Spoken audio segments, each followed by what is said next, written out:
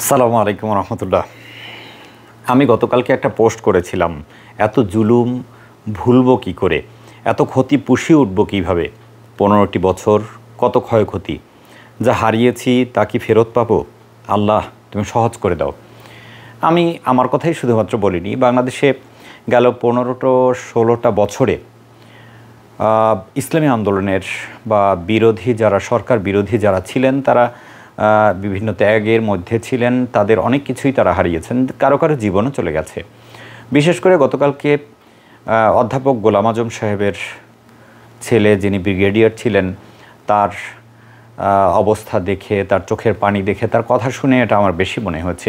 এবং আমি আমার কথা বলতে পারি, চমৎকার গুছানো ব্যবসা বাণিজ্য সব কিছু নষ্ট হয়ে গেছে।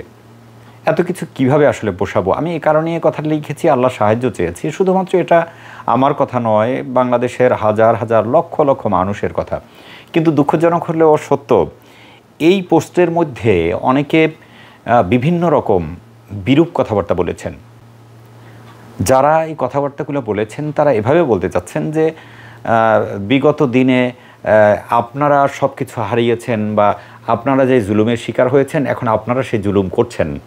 কেউ কেউ এরকমও বলতে চাচ্ছেন যে বর্তমানে যে অরাজকতা, ডাকাতি, অগ্নিসংযোগ বা বিভিন্ন রকম ভাঙচুর, সরকারি স্থাপনায় আগুন দেওয়া, নানান কিছু, এই কাজগুলো জামাত শিবির করছে বা বিএনপিকে করছে, এরকম বোঝাতে চাচ্ছেন। আসলে প্রথম কথা হচ্ছে, এই যে কাজগুলো হচ্ছে কিছুটা ক্ষোভের বহিঃপ্রকাশ, কিন্তু সেটা কোনো সরকারি স্থাপনা, কোনো সাধারণ লোকজনের বাড়িতে হয়েছে, এটার কোনো কেউ এই কথা বলতে পারবে না। সরকারি স্থাপনা, সাধারণ লোকজনের বাড়িতে যারা হামলা করেছে বা কাজ করেছে, এগুলো আজকে প্রমাণিত যে কারা করেছে। এর সাথে এই সদ্যবিদেয়ী সরকার, জালিম, তারাই করছে, এটা একদম স্পষ্ট। গতকালকে বিডি মিররের ফেসবুক পোস্ট দেখলাম, সেখানে লেখা হয়েছে, কাল রাতে মোহাম্মদপুর থেকে আটক হওয়া ডাকাতরা স্বীকার করেছে তারা নানক এবং সাবেক কমিশনার রাজীবের কথাই করেছে, তারা যুবলীগের কর্মী। গেল এইটা।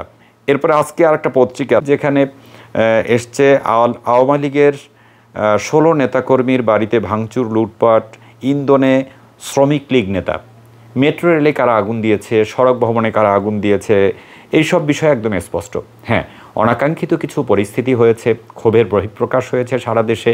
সেটা আওয়ামী লীগের যারা জুলুম করেছে, জুলুমের মাত্রা অতিমাত্রায় পৌঁছে গিয়েছিল, সাধারণ মানুষ তাদের ঘরবাড়ি ভেঙে দিয়েছে, অগ্নিসংযোগ করেছে। নিঃসন্দেহে আমরা এইসবের পক্ষে নই, কিন্তু যারা এর সাথে জামাত শিবিরকে জড়ানোর চেষ্টা করছেন, জামাত শিবিরের উপরে জুলুম করছেন, জামাত শিবির গেল 15-16টা বছর যে জুলুমের শিকার হয়েছে, আমি জোর দিয়ে বলতে পারি, এর ধারে কাছে গিয়েও জামাত শিবিরের কোনো মানুষ প্রতিশোধ নিতে গিয়েছে, এটা আমি বিশ্বাস করি না। আমার এই পোস্টের ভিত্তিতে দুই একজনে কমেন্ট করেছেন, এ নিয়ে একটু কথা না বললেই নয়। একজন লিখেছেন, মানুষ দেশ গড়তে ব্যস্ত, আর আপনারা ক্ষমতা নিয়ে ব্যস্ত, কোথাও কোনো কাজ করতে দেখছি না, শুধু মুখের বুলি আওড়াচ্ছেন, এত লোভ কিসের ক্ষমতার? এই ক্ষমতায় কি আছে? তিনি বুঝাতে চাচ্ছেন যে জামাত ইসলামী বা শিবির আমাকে ওরকমই ট্রিট করে বুঝাতে চাচ্ছেন যে এত ক্ষমতার লোভ কিসের, মানুষ দেশ গুছাতে ব্যস্ত, আর আপনারা এইসব নিয়ে আছেন। তিনি আরও লিখেছেন, তাই এখন ঘরে ঘরে ডাকাতি শুরু করেছেন। বর্তমান যে পরিস্থিতি, যাতে ভবিষ্যৎ কোনো পর্যায়ে যাবে মানুষ আজ করতে পারতেছে। বর্তমান যে পরিস্থিতি আপনারা কোন পর্যায়ে নেবেন, যাতে মানুষ এটা কোন পর্যায়ে যাবে সেটা আজ করা যাচ্ছে। তিনি আবার লিখেছেন, শেখ হাসিনা ক্ষমতাকে প্রয়োগ করেছে, আর আপনারা ক্ষমতায় না আসতেই জুলুম করা শুরু করেছেন। শেখ হাসিনা আর আপনার মধ্যে তফাৎ কোথায়? ধিক্কার জানাই বাংলাদেশের শাসক গোষ্ঠীদের উপরে।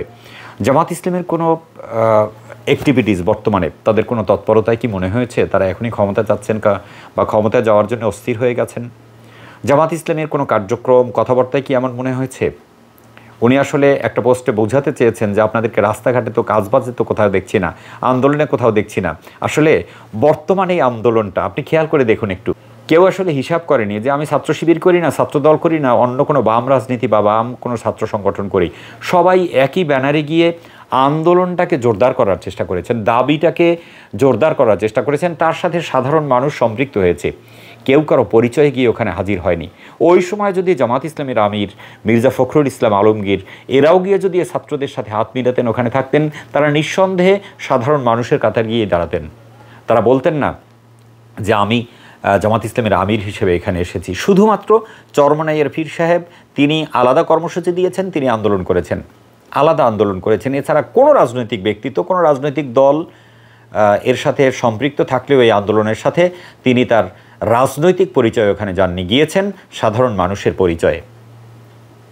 আমি আজকে এই কথাটা যে জন্যে বলছি, বাংলাদেশে ছাত্রলীগ, যুবলীগ বা আওয়ামী লীগের অঙ্গ সংগঠন সহ যারা আজকে বিভিন্ন রকম বিদ্রুপ প্রচারণা চালাচ্ছেন বিএনপির নামে অথবা জামাত ইসলামের নামে, ইসলামী ছাত্র শিবিরের নামে, তারা এটা করবেন, এটা স্বাভাবিক। তারা বিগত দিনেও গুজব ছড়িয়েছেন, এখনও গুজব ছড়াবেন। তারা বুঝাতে চাইবেন যে আমাদের শাসন আসলে খারাপ ছিল না, আমরা শাসন ক্ষমতায় থেকে যেটা করেছি তার চেয়ে এখন বেশি হচ্ছে। তারা বুঝাতে চাচ্ছেন, মানুষকে অস্থির করে ফেলতে চাচ্ছেন। জামাত শিবিরের ঘাড়ে অথবা বিএনপির ঘাড়ে, ছাত্র দলের ঘাড়ে, যুব দলের ঘাড়ে, তাদের ঘাড়ে এই দোষগুলো চাপাতে চাচ্ছেন। এটা স্বাভাবিক, তারা করবেনই, তারা গুজব ছড়াতে পারেন। কিন্তু দুঃখজনক হলেও সত্যি, বাংলাদেশে ইসলামী আন্দোলন বাংলাদেশের চরমনাই পীর সাহেবের দলের কিছু ভাইদেরকে আমি দেখি, আমি বিশ্বাস করতে চাই তারা না বুঝে এই কাজগুলো করছেন। তারা দেখি এরকম বিরূপ প্রচারণা চালান ইসলামী আন্দোলন বা জামাত ইসলামী এবং শিবির এবং বিএনপির বিরুদ্ধে। আপনাদের বোঝা উচিত, এরকম মিথ্যা প্রচারণা আপনাদের দিয়ে জনগণ আশা করে না। কাল কিয়ামতের ময়দানে অবশ্যই আপনাকে জবাব দিতে হবে। আমাকে এই যে কমেন্টগুলো করেছেন, তার ফেসবুক পেজটা আমি একটু ঘেঁটে দেখলাম, তিনি ইসলামী আন্দোলনের একজন কর্মী বা অনুসারী। আমি আসলে এটা সমালোচনার জন্যে ভিডিওটা বানাচ্ছি না, শুধুমাত্র সতর্ক করার জন্য। যারা ভুল বুঝছেন যে বাংলাদেশের বর্তমান অরাজক পরিস্থিতির জন্যে বিএনপি, জামাত অথবা ইসলামী ছাত্র শিবির দায়ী, তারা ভুল করছেন। আরেকটু ঘেঁটে, আরেকটু ভিতরে ঢুকে গভীরভাবে চিন্তা করা উচিত। আল্লাহ তাআলা রব্বুল আলামিন আমাদের এরকম বিদ্রুপ প্রচারণা থেকে বেঁচে থাকার তৌফিক দান করুন। আল্লাহ তাআলা রব্বুল আলামিন শহীদের রক্তে রঞ্জিত এই দেশটাকে পুনরায় গঠন করার তৌফিক দান করুন। আল্লাহ তাআলা রব্বুল আলামিন যারা রক্ত দিয়েছেন, জীবন দিয়েছেন, তাদেরকে শাহাদাতের সর্বোত্তম মর্যাদা দান করুন।